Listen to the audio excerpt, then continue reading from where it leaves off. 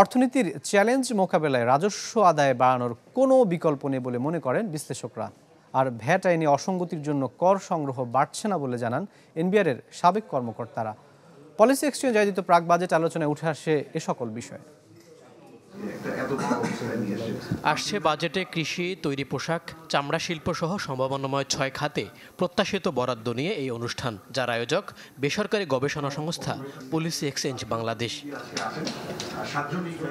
যাতে উঠে এলো দেশের বর্তমান অর্থনীতির নানা সংকটের চিত্র।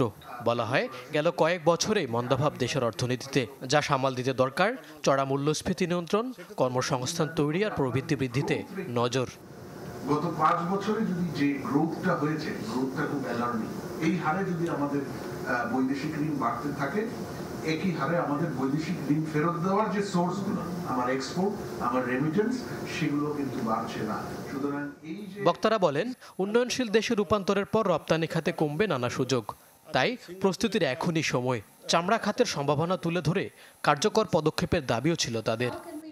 We can introduce a central bonded warehouse facility এবং এটার এক্সাম্পল কিন্তু ভিয়েতনাম, চায়না, ইন্ডিয়া, শ্রীলঙ্কা এগুলো দেশে হিউজলি আছে। IMF এর যে কথাগুলো যেগুলো IMF বলছে, এটা কিন্তু আমরা বিগত 10 বছর ধরে একই কথা বলে আসছি, কিন্তু ওখানে কিন্তু আমরা we never saw any action ওটার উপর।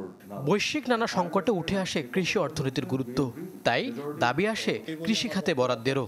পাশাপাশি তথ্য প্রযুক্তি খাতেও বরাদ্দের দাবি উদ্যোক্তাদের।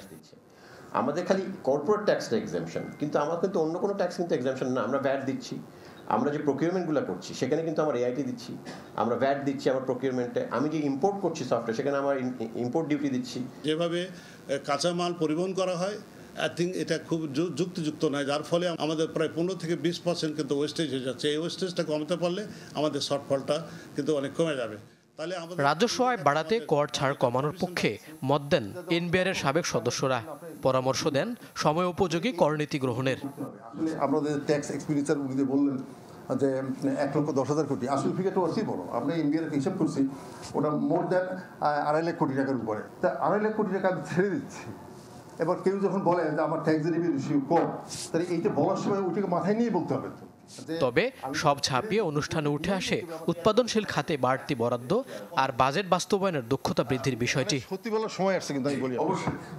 মইনুল হাসান, চ্যানেল 24, ঢাকা।